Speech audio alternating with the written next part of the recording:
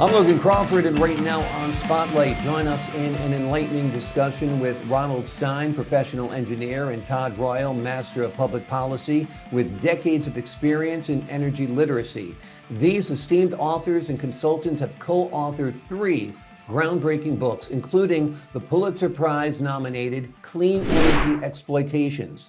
It challenges widespread misconceptions about energy and its impact on our world. We're delighted to have this very talented authors join us here today on Spotlight. We thank our team for helping us put them in the spotlight today. And we ask viewers like you to support writers like them by subscribing to our channel and by purchasing their wonderful book. The links are below this interview.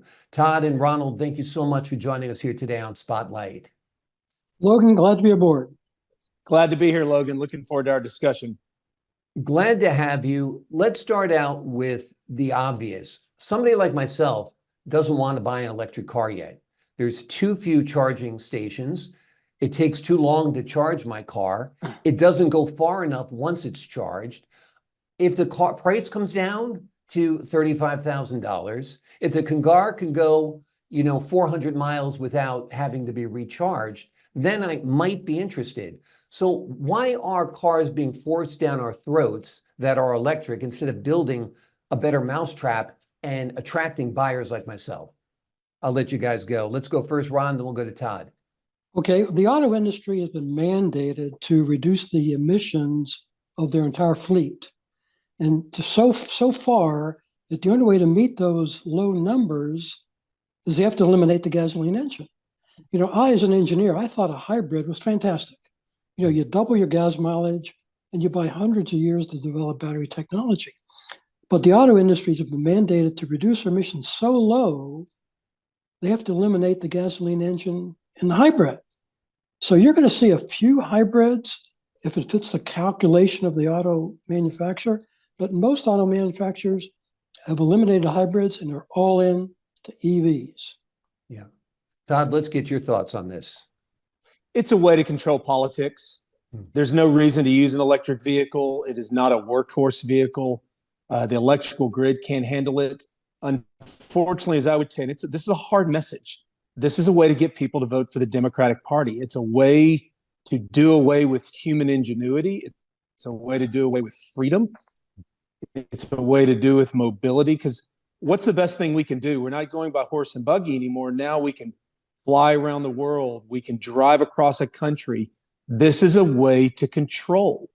It feels like when you say it's conspiracy theory, but it's not. Right. Just look at the party, look at the Democratic Party, or frankly, you can hear that whole uniparty theme. This is about taking away people's freedom, taking away people's choice, and taking away ingenuity. That's what this is really. Right. And some politicians like Barack Obama will actually articulate it and say $5 gallon gasoline is a good thing because it'll stop people from driving. So we know their MO at this point, and making it expensive to drive is part of it. Tell me a little bit about the fact that electricity truly isn't clean. I mean, even if it's nuclear, there's nuclear waste. So guys, have at that. Tell me about how the party says, or the Democrat Party or people on the left say it's non-polluting, when in fact, electricity is polluting as well. Todd, you want to start on that one? I'll take that one. Our third book says that, like when you look at a wind turbine or a solar panel, that every single component in it comes from fossil fuels. One of the most energy intensive things you can do is polysilicon to make a solar panel. Most of that is done in China. They're the world leader in coal. So anything that has to do with any form of electricity, you are going to be emitting. You're going to have greenhouse gases. You're going to have carbon. So to say that there's ever clean electricity, it's not the case. The only clean electricity you truly have that's actually reliable is nuclear power. You do have waste, but in any form of energy to electricity, there's going to be some trade-offs and there's going to be some sort of byproduct. Nuclear just tends to be the best choice. Out of all those choices, absolutely. Talk to me a little bit about lithium batteries, Ron. They tend to be problematic as well as the sites where the lithium is mined, correct? Oh, exactly. In our book, Clean Energy Exploitations, After writing it, we learned the lithium is controlled by the Chinese. Most of it's in South America. The cobalt is in Africa, controlled by the Chinese. But after writing the book and learning where the lithium is coming from, because we're exploiting people that have yellow, brown, and black skin, and the environmental degradation is atrocious. The humanity abuses are unbelievable. And I've always taken the position after writing the book, I won't buy an EV for ethical and moral reasons, because I know where the lithium and cobalt is coming from, and I'm not willing to financially support that. On the contrary, our government, as Todd points out, Democrats particularly, they're supporting that. They provide incentives to buy an EV. They're providing financial incentives for China and Africa. Continue exploiting your people. Continue the environmental degradation on your property. It's okay if it's over there because we can't see it. Exactly. I think it's unethical and immoral. Yeah, they're taking a problem and just outsourcing it to another area, whether it's one part of the United States or another part of the world. That's for sure. Todd, talk to me a little bit about renewable energy sources such as solar and wind. Are those techniques ready to replace fossil fuels at this point? Well, what you really have to remember, Logan, is that it's renewable electricity. Mm-hmm. It's only for electricity. There's no way at this time that it can replace any of the over 6,000 products that come from fossil fuels, that come from a barrel of oil, that all the petrochemicals that you have, every single transportation system in the world, it basically is relying upon a fossil fuel. So you can have renewables, but only for electricity. And typically they only work about 25 to 35% of the time at best. Whereas, let's say a nuclear power plant works 92% of the time, what's referred to as a capacity factor. You've seen trillions upon trillions invested. I believe it's over 10 trillion now within the last 20 to 25 years. And still, when you look at total energy consumption, that's everything.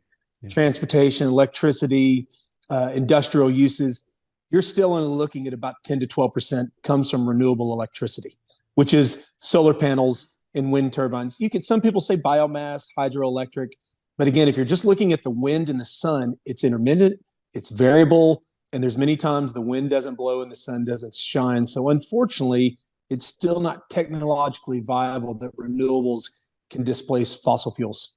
Exactly. And then also, Logan, if you have solar panels at home, you need batteries in many cases to store the power, and that's more pollution because those batteries aren't pollution free. You were going to say something, Ron? Yeah, expand on what Todd said, because you have to remember that the world populated from 1 to 8 billion in less than 200 years, right after the discovery of oil. It's because of all those products that Todd talked about.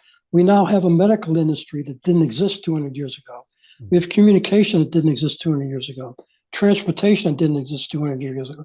We got 50,000 merchant ships around the world. We got 50,000 jets around the world. They didn't exist. Airports didn't exist. And wind and solar can only make electricity. Yeah. Hospitals can't survive on just electricity. The defibrillator needs electricity to run, but it needs oil to make the defibrillator. Yeah, I mean, some are saying that this Green New Deal is basically, or has the potential to turn the United States into a third world country because you're hamstringing us at our source of power. While China is, such a polluter that I stepped off a plane in Beijing about 2 years ago, and I thought there was a fire in the airport. I realized, oh my God, this airport must be on fire. Then we stepped outside and it was worse and more acrid. And that was every day. It was a clear day. So what's the point of putting us all in Teslas that cost $75,000 or more, supplementing them with tax dollars and, burning, coal or, having power plants out in the country that are, fueling these vehicles anyway? It just doesn't make sense. It seems like it's a game of kick the can. Well, there's not enough lithium in the world to make as many batteries as you need. Most of the cobalt's in one country, in Africa. It's not in any other country. And we can exploit those people. And it's really just atrocious. But the main thing that wind and solar, they're only generating electricity. They manufacture nothing for society. And if you get rid of oil, you're basically get rid of a couple billion people from diseases, malnutrition, weather-related deaths. I mean, this conversation ends because there's no iPhones, iPads. I mean, there's no way to communicate around the world. Yeah. It's a frightening prospect, and it's being jammed down our throats. We're being told it's environmentally responsible when it is not necessarily environmentally responsible. Todd, I'm going to give you the last word. You made a great point a moment ago about, lithium, battery energy storage systems. What you have to remember, a gentleman named Francis Merton has done some calculations that showed if the United States were to try to store all of the electricity that it used every year, if you did it under current technology, it would cost over $450 trillion. Wow. These are not serious people. These are not serious proposals. Typically, that's coming from different folks, typically Democrats, but you get Republicans too. Mm-hmm. If you really want to be serious, and if you really want to be environmentally friendly, you go from coal, then you go to natural gas, then you use nuclear. And that's what you do. And you try to make people wealthier, healthier, and more prosperous. And that's what typically has clean environments, water sanitation systems, sewage systems, clean air, your children are educated. So you want available energy that is going to be abundant, it's going to be affordable, it's going to be reliable, and it's going to be resilient. And right now, those two factors that can do that, those two variables are fossil fuels, oil, natural gas, and coal, and nuclear power. And that's it at this time. Gotcha. Well, we're all looking forward to innovations down the road. They're just not here yet. So we shouldn't be forced to adopt things that aren't ready to go to market. And I wouldn't put solar panels on my house at this point. I wouldn't invest in wind turbines, and I certainly wouldn't buy an electric car right now anyway. Gentlemen, Ronald Stein, professional engineer, and Todd Royal, master of public policy, both have decades of experience in energy literacy, and they are esteemed authors and consultants. They have co-authored 3 groundbreaking books, including the Pulitzer Prize nominated Clean Energy Exploitations. And that is not an easy goal to achieve, to be nominated by the Pulitzer folks, particularly when they're going against what is called clean energy. So wonderful work, guys. We appreciate your time here on Spotlight. Thanks so much for joining us. Logan, have a great week. Ron, thank you. Todd, thank you as well. Thank you, Logan, for having us. Appreciate it. To the folks at home, I'm Logan Crawford, thanking you for your time this time. Until next time on Spotlight.